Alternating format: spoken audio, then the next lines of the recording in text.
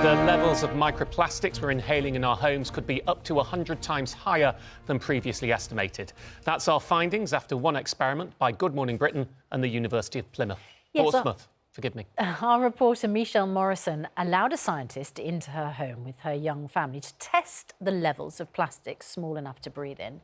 It's something which has never been done in a house before, and the results shocked even the experts. Here's Michelle's report.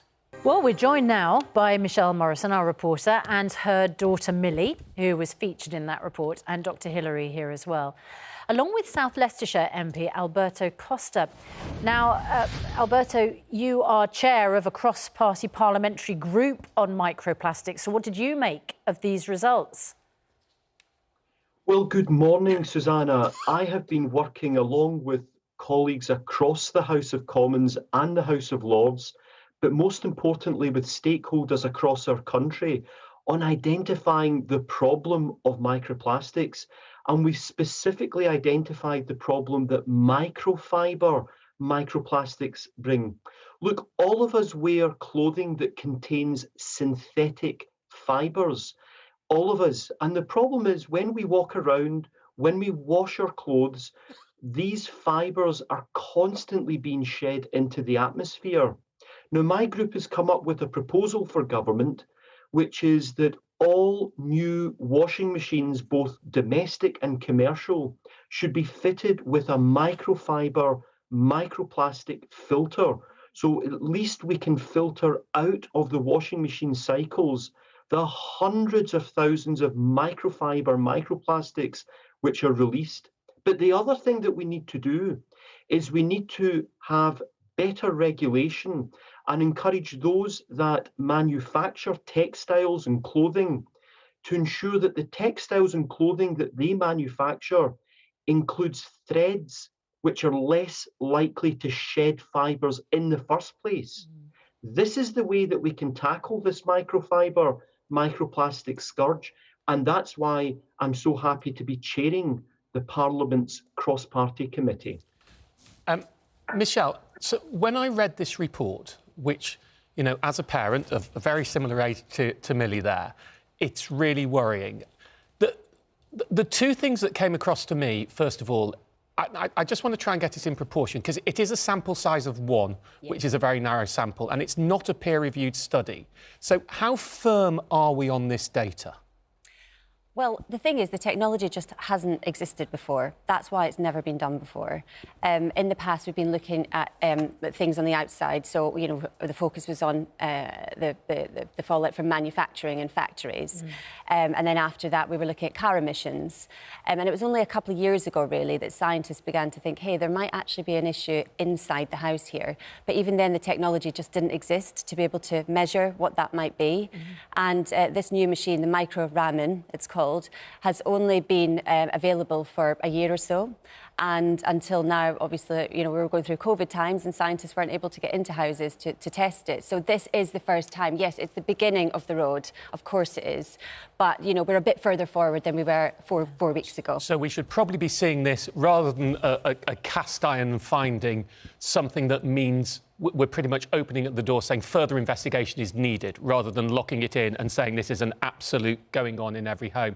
I mean, Hilary, two very obvious questions from me are, how damaging is this? What's this actually doing to our health, and what can we do about it? Right. First, the answer to that is we don't know how damaging, but we need to find out. When you think of the number of particles that are being inhaled, something that we've just discovered through this piece of research, we need to know asbestosis is caused by tiny fibres of asbestos irritating the lung tissue over many years and can lead to cancers of the lung, mesothelioma. We need to know whether these biopersistent particles of plastic are inert, or whether they do, as the researchers have suggested, could have an implication on fertility, on asthma, cancer and other respiratory conditions. I mean, asbestos, I mean, that's a word that will trigger fear throughout many homes. Yeah. We're not saying it's on the level of asbestos, are we? But with all these particles in the lung, I mean, the lung will remove soot, tar from smoking and other things that we inhale. Macrophages, cells will engulf those particles, ultimately take them to the lymphatic system and expel them through the gut. However, there is some damage being done.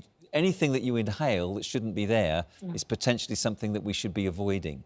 So with this level of plastic particulate matter in our lungs, we need to be able to reduce it and investigate further to see whether it's actually causing a significant damage. Millie, you were also involved in this investigation. Why did you want to be involved, and what did you make of what you discovered? Well, especially because of COP26 going on right now, we really need to look after our planet and environment. And because everyone's doing their bit, like recycling and politicians coming together to talk about how this, I think I should do my bit by learning about microplastic. Well, well done for being involved and contributing, as you say, to really important work. Alberta Costa, I think a lot of people, as Millie says, everybody's concerned at the moment about recycling plastic, about plastic waste. I think what a lot of people will be surprised about is that there are microplastics, tiny fibres that you can actually inhale. I mean, it came as a bit of a shock to me, I have to say. Well, Susanna, actually, the most important comment that we've all made today is from Millie. Millie, I applaud you. Education is key to this, understanding the damage that we are doing to ourselves and to our environment by polluting it with not just plastic, but plastic that never biodegrades. It does break down into tiny little pieces from our clothing, it's microfiber, but we need to educate ourselves. And one of the recommendations the all-party group of politicians has made is that we need to educate society on the damage that we're doing to our environment, regardless of whether or not it's having a human health impact.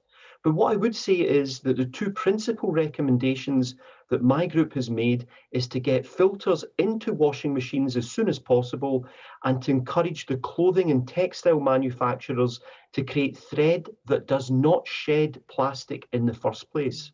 I think it's probably, thank you very much for that, and they sound like sensible measures. I think it's probably worth saying to everybody, this is an initial investigation. We don't yet know the danger. I have to say, the analogy of how tall these particles would be stacked on end, well, they're only a fraction of a micron thick. That doesn't actually mean it's a substantial volume. It's probably way, way, way smaller than a penny is the amount. I'm not sure the height analogy was really a good one. I need to be slightly honest. I think that's probably a bit over fearful. But it's certainly something that we need to start looking at as a nation, but maybe try not to panic about it just yet. Yeah, and it's not just plastic, it's nylon, it's polyester, and all of those things that we inhale. I think it's bottles as well. Yeah, it's an important piece of research, and it's proper stuff with the University of Portsmouth involved. And Millie, thank you very much indeed. And it's really interesting to hear that the chair of the all-parliamentary group on microplastics has commended your work on this as well. So thanks very much indeed, Millie, and Michelle. Thanks.